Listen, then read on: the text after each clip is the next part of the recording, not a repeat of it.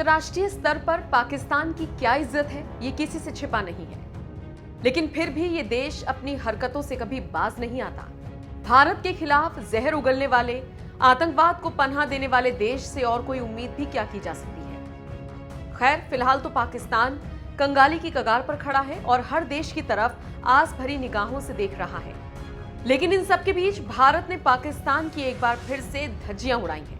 भारत ने गुरुवार को कहा कि संयुक्त राष्ट्र सुरक्षा परिषद की तरफ से प्रतिबंधित लश्कर-ए-तैयबा और जैश-ए-मोहम्मद जैसे संगठनों के बीच संबंध क्षेत्र के लिए बड़ा खतरा है। ये सुनिश्चित किया जाना चाहिए कि इन संगठनों को यहां से कोई मदद नहीं मिलेगी। भारत ने ये बड़ी बात यूएन की मीटिंग में कही। इस बैठक में न सिर्फ पाकिस्तान बल्कि भारत ने अफगानिस्तान की तरफ भी सबका ध्यान खींचा। भारत ने कहा कि अफगानिस्तान में ISIL खुरासन की मौजूदगी और हमले करने की क्षमता में बढ़ोतरी हुई है। ISIL खुरासन आतंकवादी संगठन इस्लामिक स्टेट का एक सहयोगी समूह है जो अफगानिस्तान में भी अपनी नापाक गतिविधियों को अंजाम देता है। भारत ने इनके खिलाफ सख्त कार्रवाई की मांग की है। साथ ही ऐसे आतंकवादी संगठन ना चल सके, इसके लिए भरोसा मांगा है। आपको बता दें, भारत हमेशा से ही आतंकवाद के विरोध में आवाज बुलंद करता रहा है। एक कारण यह भी है कि पाकिस्तान भारत के खिलाफ जहर उगलता है, क्योंकि हर कोई जानता है कि पाकिस्तान में आतंकी पलते हैं। वहां पर उनके लिए सारा साजो सामान इकट्ठा रहता है, वहां पर उन्हें ट्रेनिंग दी जाती है। खैर, इसी मुद्दे को भारत ने यूएन में उठाया तो पाकिस्तान को मिर्ची लग गई।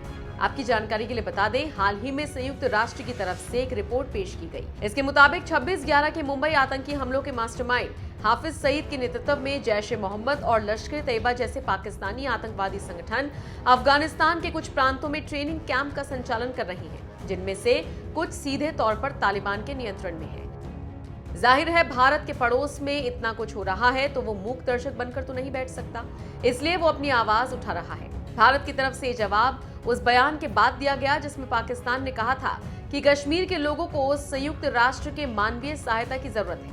इस पर भारत ने कहा कि वो आतंकवाद खत्म करके ही कश्मीर के लोगों की मदद कर सकता है। भारतीय प्रतिनिधि नीतीश बर्डी ने कहा, केंद्र शासित जम्मू कश्मीर और लद्दाख भारत के अभिन्न अंग रहे हैं और आगे भी रहेंगे।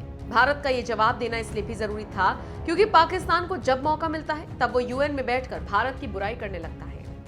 ऐसे में भारत ने साफ कहा कि पहले आतंकवाद बंद करो और उसके बाद ही आप कश्मीर के लोगों की मदद कर सकते हैं। खैर, यूएन बैठक में भारत ने जिस तरह से पाकिस्तान को लताड़ा, उसको करारा जवाब दिया, उसकी चर्चा हर तरफ हो रही है।